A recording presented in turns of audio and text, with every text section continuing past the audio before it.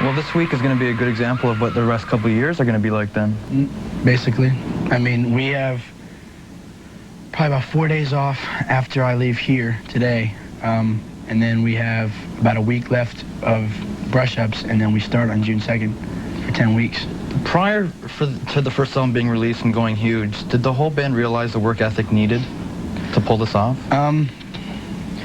We knew that this album was probably going to be even more work than the past album, because it was like we had to kind of live up to the expectations that people were, you know, expecting for this album. Because it's like we did our first album, and that one held on strong for about 2 years.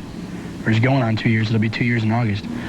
And it's like we spent almost a year and a half doing this album. I mean, no one really realizes it, but if you put every day back to back recording time, we probably spent about 3 months on this album, and that's it. But it was over a whole year and a half worth of time. I mean, we did like 6 or 7 weeks of just recording in Sweden. Then we did a couple of TV shows for the single and shot the video in one day. It was about a 28-hour shoot. And I mean, we just realized that there's going to be a lot more work involved, but actually there really hasn't been, because the album's kind of doing it for itself. And the hype and the music in general is kind of working for itself. It's true you have a built-in audience. There are people that are going to go out and get this because they have the first two Boys albums. Is there any goal to maybe expand that 30 million figure to maybe people, to an older audience, maybe to more males this time around? I think with this album especially, I think we're going to do that, because this album has got... have you heard the album yet? Yeah. I mean, it's not your typical... All right, just making sure. It's not... This album is really not like the first album, in a sense that like the first album is all love songs, you know, or like really happening party songs. This album is a little bit more of a growth for us. I mean, songs like Show Me the Meaning, The Perfect Fan, Don't Want to Lose You Now, they're a little bit deeper. And then there's like songs like Don't Want You Back, which is my favorite song on the album, which is the complete opposite of like a typical Backstreet Boys record. It's more like the angry side of us, you know, saying that you're in some kind of relationship with a girl and she just totally disses you and you just don't want her back. You just say, the heck with you. You're out of my life for good. But it's like, I think vocally this was a more challenging album, and on top of that, there were songs written and produced by us, which is really a growth, and hopefully we'll gain a whole lot more respect from critics especially, and people in this industry, you know, other, you know, artists and such.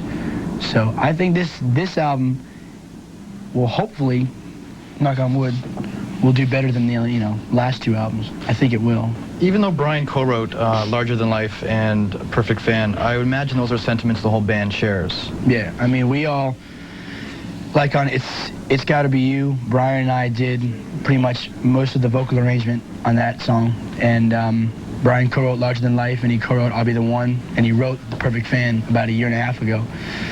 Kevin wrote Back to Your Heart in like 2 hours. Kevin flew out to Alabama, started playing the piano over at Gary Baker's house, and Gary sat down, started playing his, you know, guitar, and within 2 hours the song was written. And I mean, I don't know, it's weird. It's like we had a lot more say on this album, which is good, which makes this a whole lot more personal of an album, and makes it more, I think, of a Backstreet Boys record. Well, there's a lot of introspection going on with those two songs in particular. You know, Brian was obviously thinking something before he helped put the pen to paper. Has the past year or a couple years been that way for you? Like, there's a lot of thinking going on, taking stock in a lot of things? I mean, this past year has been basically the Rolling Stone issue hit it on the head. I mean, it was kind of a real abrupt title, but it's true. This has been the Backstreet Boys' year in hell, because we had deaths in some of our families. Howie lost his sister, Dennis Pop. Brian and Kevin lost their grandfather. Brian had surgery. So it's like, this past year we had trouble with our record company. We had trouble with our management. Now we have new management, new album, a whole new outlook on everything. And we have a way better attitude now, a way better, whole lot more positive. We're finally comfortable and we're happy. and we can go on stage and just sing and dance and just do our job and not have to worry about the business stuff going on behind us, because we have an incredible management team that is doing it for us. Ideally, that's what it's all about, is that comfort level. Exactly. And I mean, for this past year, we'd have to, like, 10 minutes before a show, sit down and have a meeting about finances or a meeting about this, and it just stresses you out. Yeah. I mean, I don't want to go on stage thinking about, you know, firing somebody or doing this or hiring somebody or production or this and that. I just want to get up on stage and sing, and that's it, you know? The shit that went down with management, old management, how did that affect the dynamics of the group? Did it bring you guys closer together at all? Definitely. I mean, we had to, we were going through a point in time, probably for about 8 months, where we basically had no management, and we were doing it ourselves.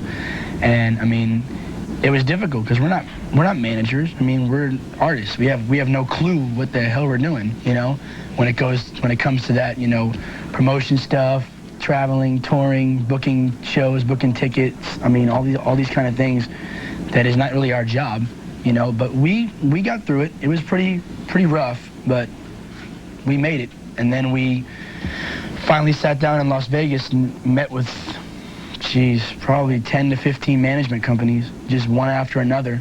And the firm just really, we just clicked. I mean, they were young guys, they were close to our age, and they just have that like fire and that drive to just want to help us. And they've done an incredible job so far. I'm not going to dwell on the litigation stuff involved with Louis Pearlman or anything like that. There was a lot of money the boys didn't see, which was rightfully theirs. Right. It's a given. This is all this is all part of the business that fans aren't aware of. Yeah. And I mean, you know, I talk to people all the time that says, "Oh, you know, I want to get into the business." I'm looking at them and I'm going, you know what? It's more than standing up on. That's why this is called the music business, because I mean, we did a show with we didn't actually do the show with them, but we went and saw the Temptations probably about 2 years ago.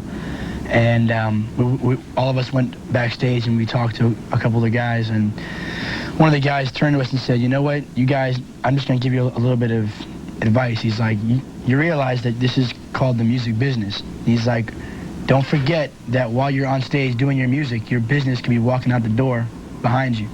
And it's very true. I mean, and your business could be totally screwing you over behind you while you're on stage doing the music. And it's true. But I mean, nobody really knows what the heck we went through for a year, but we've all grown up a lot in the last year, and we've all matured and became businessmen. We've been kind of forced to, you know, but it's definitely beneficial to us because now we understand things in every department better. You know, we're not real businessmen or managers or anything like that, or attorneys, but we understand more now, and we're not getting the wool pulled over our eyes anymore. What won't kill you will make you stronger? I think the fact that the five of us had to really come together as a group and stand up for what we wanted, and instead of like 2 of us wanting this and 3 of us wanting that, or 1 of us wanting this and 4 of us wanting that, 5 of us came together as a team and just said, this is what we want, and we got it. It took us a while to get it, but now we have it. And like I said, now we all go on stage and we're happy to get back on stage, and we're not worrying about anything. We're up there just doing what we do best, and it's so much easier. I gotta wrap this up quickly, but just before you head out, you lift the head up, just for the ladies, just for the eyes. There you go. Hello. It's Backstreet Boys Day, all day long. Today